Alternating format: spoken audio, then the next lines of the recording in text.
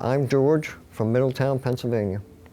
One morning I woke up and I had a mouthful of blood, which is not a normal thing that people would have. And so I was in the bathroom. I went and looked inside and my mouth, and I noticed in the back on the tonsil there was a thing growing off my tonsil. And I said, that does not belong there. So I kind of didn't want to panic the wife, but I called my general physician and took me right in, and he looked and he says, this is a little bit out of my league. I better get you with an ENT. That's their territory. And so we set up an appointment with AOP, and he looked in my mouth and he says, I would almost bet that that's cancer.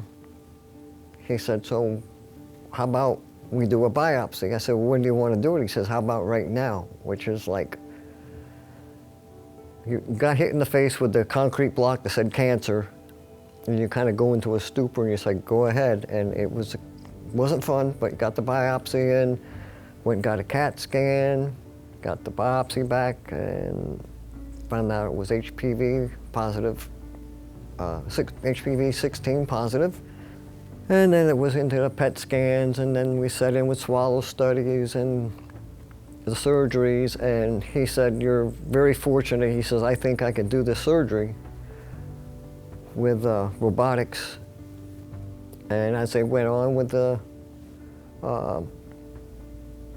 surgery, they found out the lymph nodes were affected, and some of the lymph nodes was compromised, which they took 42 lymph nodes out on the left side of my neck.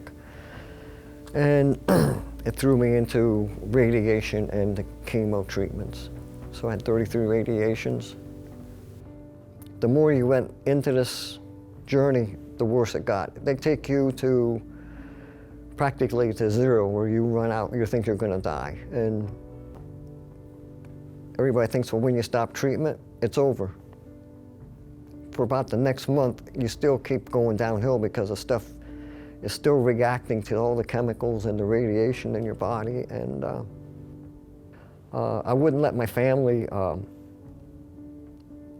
didn't want them to see me in that state, so I kept them away as long as I could. And finally, they broke my wife down, and they said they would come to visit. They were shocked in the change. So it's a big change in a short period of time that happens to your body, a lot of stuff. Thank goodness I had decent insurance. But, and if you had to think about that, I don't think you would make it if you had to think about the bills. Unless you could block that out of your mind, I don't know. Some people can, I couldn't. But it's overwhelming. The whole thing is, you gotta have someone that's taking care of you. I don't know how people do it if they do it on their own. If you're questioning getting the HPV vaccine for your children, I think you will be very sorry if you don't.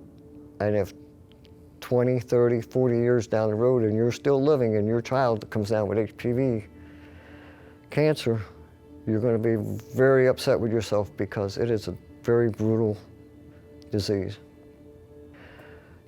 Do yourself a favor and don't go through what I did, and don't watch your children go through what I did. Get the HPV vaccine. It's very important.